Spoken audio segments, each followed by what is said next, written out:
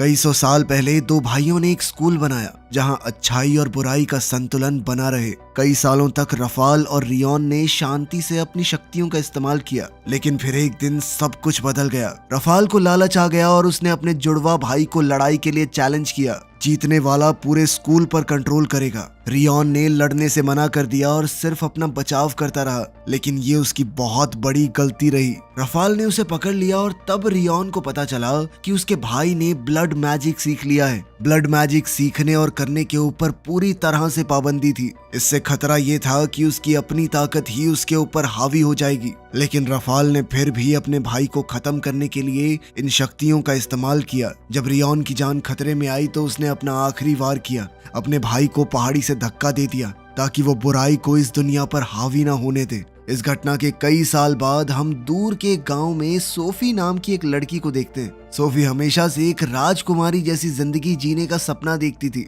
लेकिन वो पैदा हुई एक बहुत ही गरीब परिवार में। वो एक छोटे से घर में अपने भाई बहनों के साथ रहती थी। उसी कस्बे में अगाथा नाम की एक लड़की भी रहती है। अगाथा की माँ जादूगरनी होने का दावा करती थी, लेकिन उसका जादू कभी खास काम करता नहीं था। लेकिन उसे अगाथा के अंदर एक जादूगरनी बनने का पूरा टैलेंट दिखता था। इन दोनों लड़कियों में सिर्फ एक बात मिलती थी, उन्हें अपना ये गांव बिल्कुल पसंद नहीं था। इसी वजह से दोनों पक्की दोस्त बन गई। सोफी की माँ की मौत के बाद अगाथा ने उसका काफी ध्यान रखा था, जिसके बाद से तो वो दोनों पक्की दोस्त बन गई थी। एक दिन गांव के एक पागल आदमी ने अगाथा को अकेले में पकड़ लिया। उसने कहा कि तू डायन है, मैं जानता हूँ, जान से मार दूंगा तुझे वरना निकल जाए यहाँ से। तब सोफी ने पीछे से आकर तुरंत उसके सर पर एक फ्राइंग पैन दे मारा और उस आदमी को बेहोश करके अगाथा को बचा लिया।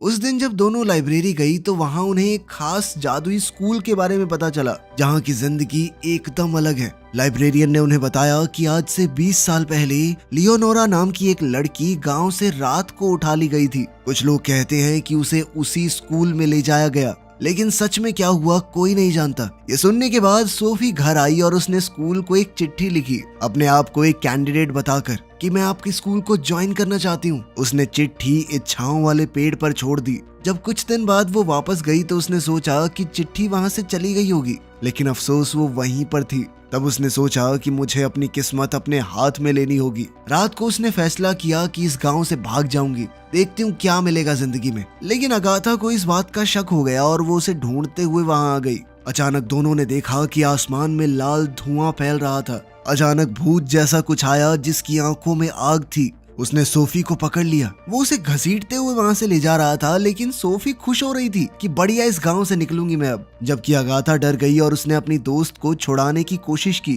तभी झाड़ियों के पीछे से एक बड़ा पंछी निकला और वो दोनों को ही पकड़ कर ले गया। अगाथा को स्कूल ऑफ गुड में छोड़ दिया गया और सोफी को स्कूल ऑफ इविल में। अगाथा जब फूलों के बेड पर उठी तो उसने एक चमकदार महल देखा, जहाँ एक खूबसूरत सा झरना और खुशबू ही खुशबू थी। वहाँ सब लड़कियां राजकुमारियों जैसी दिख रही थी। दूसरी तरफ सोफी ने अपने आप को एक अंधेरे कोने में पाया। वहाँ एक खौफनाक पेड़ था और बुरे लोगों से भरी हुई थी वो जगह। अगाथा को राजकुमारियों ने कोई भाव नहीं दिया और परियां उसे खींचकर पहले दिन की क्लास में ले गई। स्कूल शुरू होने से पहले अगाथा को खूबसूरती वाले कमरे में ले जाया गया, जहाँ उसे पता चला कि टीचर डी वे उसका इंतजार कर रही है। अगाथा को ठीक से तैयार करने के बाद उसे नए स्टूडेंट्स के कमरे में भेज दिया गया, जहाँ सारे नए स्टूडेंट्स इकट्ठा हुए थे। वहाँ अगाथा अपनी दोस्त सोफी को ढूंढ रही थी, लेकिन जब उसे सोफी दिखी तो उसे अपनी दोस्त के पास जाने से रोक दिया गया। दोनों को जबरदस्ती कमरे की अलग अलग साइड में बैठा दिया गया। थोड़ी देर बाद स्कूल ऑफ गुड के लड़के वहाँ पर आए, जिन्होंने अपनी तलवारों के साथ जबरदस्त परफॉर्मेंस दी। आखिर में टेड्रॉस नाम के एक राजकुमार ने जबरदस्त एंट्री मारी।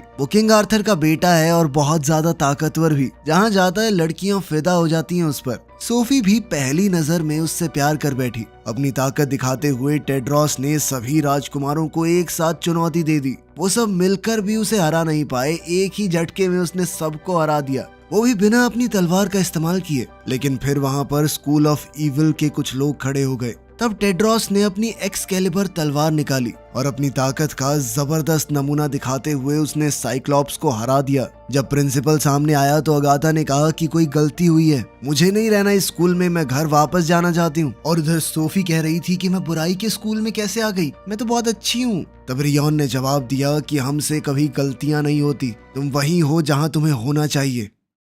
शाम को जब अगाथा अपने कमरे में गई तो उसने सोचा कि वो छत पार करके दूसरे स्कूल में जाएगी, अपनी दोस्त के पास। रास्ते में एक भूत जैसा जानवर उसका पीछा करने लगा। जैसे तैसे बड़ी मुश्किल से वो स्कूल ऑफ इविल के अंदर गई। अंदर जाते ही उसने देखा कि जमीन पर खून का तालाब बन रहा था और उसके बीच से रफाल निकला। उसने अगाथा को चेतावनी दी कि सोफी से दूर रहो, उस लड़की की किस्मत में बहुत बड़ी चीजें लिखी हैं, उसे बहुत जरूरी काम पूरा करना है। तब अगाथा को समझ आया कि उसकी दोस्त बहुत बड़ी मुसीबत में है। वो उसे ढूंढती रही और आखिर में उसे सोफी मिल गई। दोनों प्रिंसिपल के ऑफिस में गई उसे समझाने के लिए कि कोई तो गलती हुई है। सोफी ने कहा कि मुझे अपना स्कूल बदलना है कुछ भी करके, जिस पर रियोन ने कहा कि अगर तुमने अपने सच्चे प्यार को खोज लिया तो फिर तुम्हारा स्कूल बदला जा सकता है। ये सुनकर सोफी ने प्लान बनाया कि वो टेड्रोस को अपने प्यार में फंसाएगी।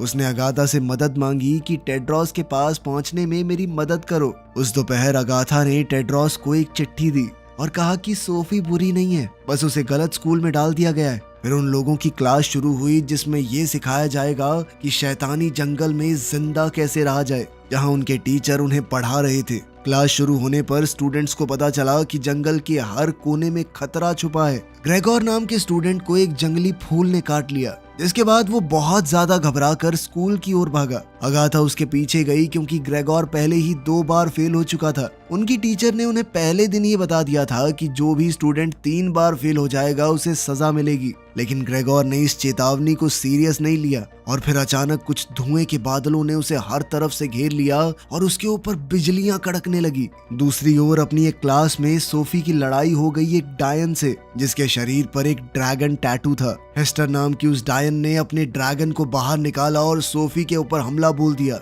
सोफी बचने की कोशिश कर रही थी, लेकिन फिर उसकी टीचर ने कहा कि अपनी ताकत को जगाओ और इस हमले का जवाब दो। प्रॉब्लम बस ये थी कि सोफी खुद ही नहीं जानती कि उसके अंदर किस तरह की ताकत है। जब वो खतरे में थी तभी अचानक मक्खियों का एक बहुत बड़ा झुंड शीशे को तोड़ते हुए अंदर घुस गया और ड्रैगन को घेर लिया। उस ड्रैगन को इतनी मक्खियों ने काटा कि अब हेस्टर की जान खतरे में पड़ गई। उनकी प्रोफेसर लेडी लेसो ने तुरंत सोफी को ऑर्डर दिया कि जल्दी से इन मक्खियों को रोको। तब सोफी ने किसी तरह मक्खियों को रोका। जब मक्खियां जाने लगी तो अचानक टीचर ने उनमें रफाल का चेहरा देखा। रफाल ने सोफी को शाबाशी दी। उसके जाने के बाद लेडी लेसो ने सोफी को अलग बुलाया और कहा कि रफाल के जाने के बाद से बुराई कभी अच्छाई पर जीत नहीं पाई, लेकिन अब सोफी की ताकत ने रफाल का ध्यान खींच लिया है। इसका मतलब साफ है कि तुम गलत स्कूल में नहीं हो, तुम बुराई के लिए बनी हो। लेडी लेसो ने यह भी कहा कि जो हुआ उसके बारे में किसी को बताना मत, और अगर रफाल दोबारा दिखाई दे तो मुझे बताना।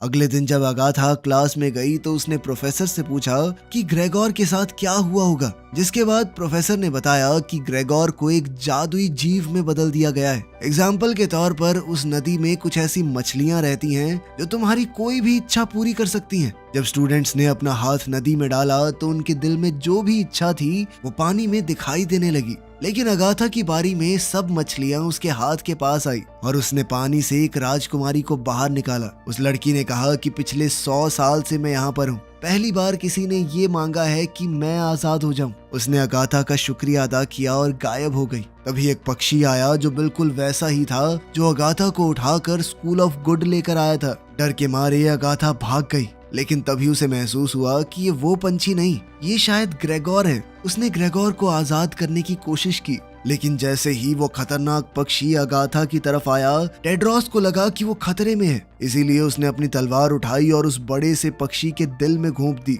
जिसके बाद ग्रेगोर का शरीर चूर चूर हो गया। ये देखकर अगाथा को बहुत गुस्सा आया। उसने टेड्रोस को थप्पड़ मार दिया और इल्जाम लगाया कि तुमने मेरे दोस्त की जान ली है। अगाथा को शांत करने की कोशिश करते हुए टीचर ने सब स्टूडेंट्स को उनके कमरों में भेज दिया और कहा कि सालों बाद इस स्कूल में कोई ऐसा आया है जिसके अंदर सिर्फ अच्छाई भरी पड़ी हो, बुराई का तो कोई नामो निशान ही नहीं। क्योंकि अगाथा ने अपने बारे में ना सोचते हुए अपनी विश का इस्तेमाल उस लड़की के लिए किया कि ये आजाद हो जाए। क्लास के बीच में ब्रेक मिला तो अगाथा अपनी दोस्त से मिलने गई। तब उसे पता चला कि सोफी के पास रफाल आया था। उसी वक्त टेड्रोस भी वहां आया और उसकी आंख पर काला निशान पड़ा था। यहीं पहली बार सोफी को मौका मिला उससे बात करने का। बातचीत के दौरान वहाँ एक गार्ड आ गया। वो सोफी को पकड़कर पनिशमेंट रूम में ले गया जहाँ लेडी लेसो उसका इंतजार कर रही थी। उसने सोफी को कुर्सी पर बांध दिया और कुल्हाड़ी उठाई, जिससे उसने सोफी के बाल छोटे कर दिए, क्योंकि उसका मानना था कि इस लड़की की खूबसूरती ही लोगों को उसका असली रूप देखने से रोक रही है। सबको वो बड़ी प्यारी सी लग रही थी। अब वो सोफी को खतरनाक बनाना चाहती थी।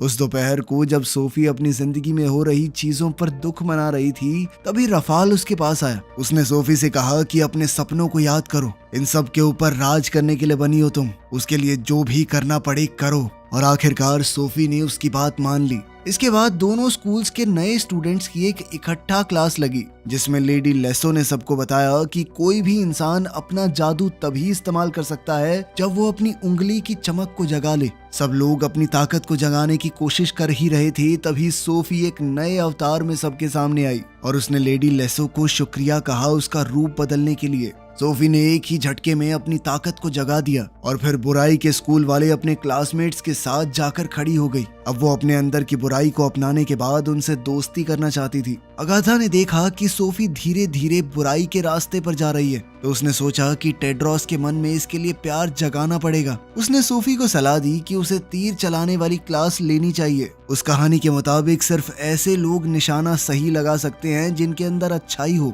लेकिन अगाथा की मदद से सोफी ने एकदम मस्त निशाना लगा दिया, जिसके बाद टेड्रोस सोफी से काफी इम्प्रेस हुआ और उसने सोफी को अपने साथ डांस करने के लिए बुलाया। जब बुराई के स्कूल वालों को पता चला कि टेड्रोस उनके स्कूल की एक लड़की को डांस पर लेकर जा रहा है, तो दोनों स्कूल्स के स्टूडेंट्स आपस में भिड़ गए। फिर टीचर्स ने मिलकर फैसला लेने की कोशिश की कि आखिर क्या करना चाहिए। टेड्रोस ने प्रिंसिपल के सामने कहा कि हो सकता है ये सच्चा प्यार हो, आप कैसे फैसला ले सकते हैं हमारे लिए। इस पर प्रिंसिपल ने कहा कि तुम दोनों को एक टेस्ट देना पड़ेगा, तुम्हें अलग करके पास वाले खतरनाक जंगल में भेजा जाएगा। अगर तुम्हारा प्यार सच्चा है तो सुबह तक एक दूसरे को ढूंढना पड़ेगा, अगर रास्ते में खतरा आया तो उसका सामना करना होगा। जैसे ही सूरज डूबा, दोनों को जंगल के गेट पर ले जाया गया। दोनों को ही एक लाल रुमाल दिया गया, ये कहकर कि अगर ज्यादा खतरा महसूस हो और ये लगे कि टेस्ट को बंद करना है तो तुरंत उस रुमाल को नीचे फेंक देना, तुम सुरक्षित जगह पर पहुंच जाओगे। गेट के अंदर जाते ही सोफी ने टेड्रोस को ढूंढना शुरू किया,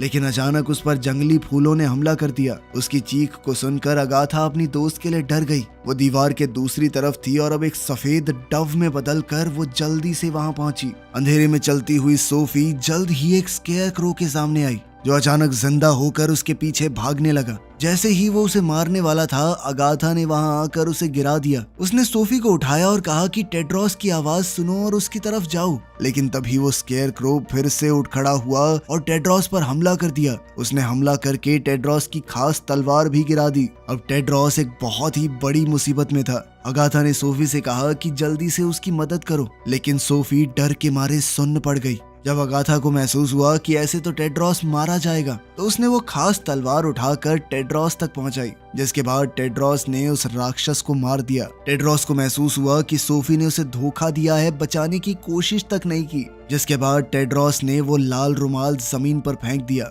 और वापस स्कूल में पहुंच गया। सोफी ने अगाथा पर इल्जाम लगाया कि तुमने जानबूझ के बीच में कूद के मेरा रिश्ता बिगाड़ा है। उसने अपनी दोस्त पर तरह तरह के इल्जाम लगाए और कहा कि आज के बाद मुझे शक्ल मत दिखाना अपनी। बाद में अगाथा को जंगल में रफाल मिला, जो खुश था कि उसके बदले का प्लान सही चल रहा है। डॉम में वापस आके अगाथा ने अपनी प्रोफेसर को बताया कि उसने रफाल को जंगल में देखा। इसके बाद प्रोफेसर डीवे ने कहा कि वो लेडी लेसो से बात करेगी। उधर सोफी को सजा के तौर पर कमरे में बंद कर दिया गया था, क्योंकि उसने अपनी दोस्त की मदद लेने की कोशिश की थी। तभी उसके पास रफाल आया और उसे ब्लड मैजिक करना सिखाया। कुछ देर बाद जब दोनों स्कूल्स के टीचर मीटिंग कर रहे थे, तो प्रिंसिपल रियान ने वहां आकर कहा कि सोफी गायब हो गई है। जब टीचर्स अलग अलग होकर सोफी को ढूंढ रहे थे, तब अगाथा डांस हॉल में गई, इस उम्मीद में कि उसकी दोस्त उसे वहां मिल जाएगी। जब उसने सोफी को देखा तो लेडी लेसो ने तुरंत पहचान लिया कि सोफी बिल्कुल बदल चुकी है। उसने पूछा कि रफाल ने तुम्हें क्या कहा। तभी सोफी ने अपनी टीचर से कहा कि मैं तुम्हारा राज जानती हूँ। रफाल ने उसे बताया था कि लेडी लेसो असल में वही लड़की है जो 20 साल पहले उनके गांव से गायब हो गई थी। उस वक्त उसका असली नाम लियोनोरा था। वो अकेली रहकर सिर्फ किताबें पढ़ती थी और सोफी की ही तरह बहुत बड़े सपने थे उसके।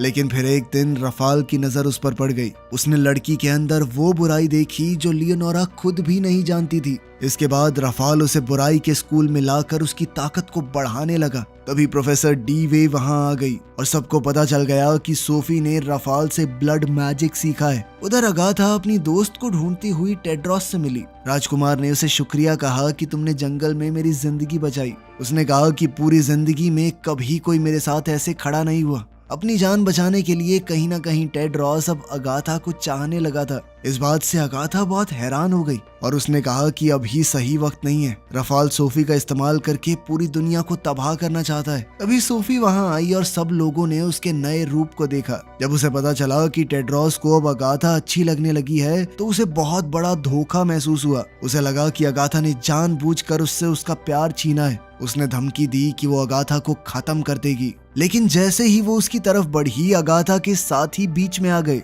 लेकिन सोफी ने अपनी उंगली के एक इशारे से उन सब की तलवारों को पिघला दिया और साथ ही ये ऐलान किया कि वो जल्द ही अगाथा को मार देगी। अब सोफी इतनी ताकतवर हो चुकी थी कि उसने अपने सारे प्रोफेसर्स को गुड्डियों में बदल दिया। तब टेड्रॉस ने फैसला किया कि वो उस चुड़ैल के खिलाफ जंग करेगा। लेकिन परेशानी ये थी कि जो लोग अच्छाई के रास्ते पर हैं वो कभी हमला नहीं करते, वो सिर्फ बुराई से अपना बचाव करते हैं। वरना अगर बिना बात के पहले हमला कर दिया तो वो बुरे बन जाएंगे। ये जानने के बाद अगाथा ने फैसला लिया कि वो अपनी ताकत से इस जंग को रोकेगी, वरना उसके सारे दोस्त बुरे बन जाएंगे और फिर अच्छाई के स्कूल का तो नामो निशान खत्म हो जाएगा। जब वो लोग बुराई के स्कूल में पहुंचे तो उन्होंने देखा कि सारे विलन तो डांस कर रहे हैं। वो लोग आराम से एक दूसरे के साथ खेल रहे थे। अब सभी राजकुमारों ने अपने तीर तान लिए और वो सोफी को खत्म कर देना चाहते थे, लेकिन जैसे ही उन्होंने हमला किया तो वो तीर अचानक से फूल बन गए। अब सारा सिस्टम उल्टा हो गया। उन्होंने पहला हमला किया था तो अच्छे लोग बुरे बन गए और बुरे लोगों के ऊपर हमला हुआ था तो वो अच्छे बन गए।